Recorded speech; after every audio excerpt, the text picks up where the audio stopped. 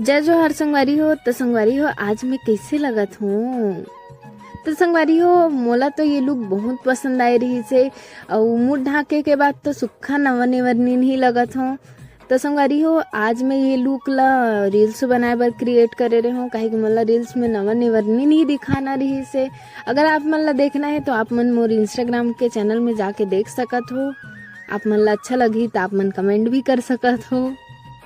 तो संगवारी हो रील्स बनाए के बाद सब सामान ला भी समेटल पड़थे। तो सबसे पहले तो मैं निकालूँ ये माला ला काहे कि ये मोर माँ के माला हरे और वो मोर 3 से 4 बार बोल चुके हैं कि जल्दी रील्स बनाओ, उस मोर माला चुपचाप निकाल के रख।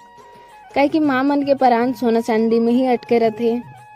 मैं हाँ ड्रेस चेंज कर डले हूँ। तो देखो संगवारी हो साड़ी भी घिरिया ही देत हूँ काहे कि मोर दाई है अगर मैं आज नहीं घिरिया तो मोल पहनन नहीं दी कल बर और मोला रोज पहनना रहथे और रोज रील्स बनाना रहथे। तो देखो संगवारी हो कान वान के निकाल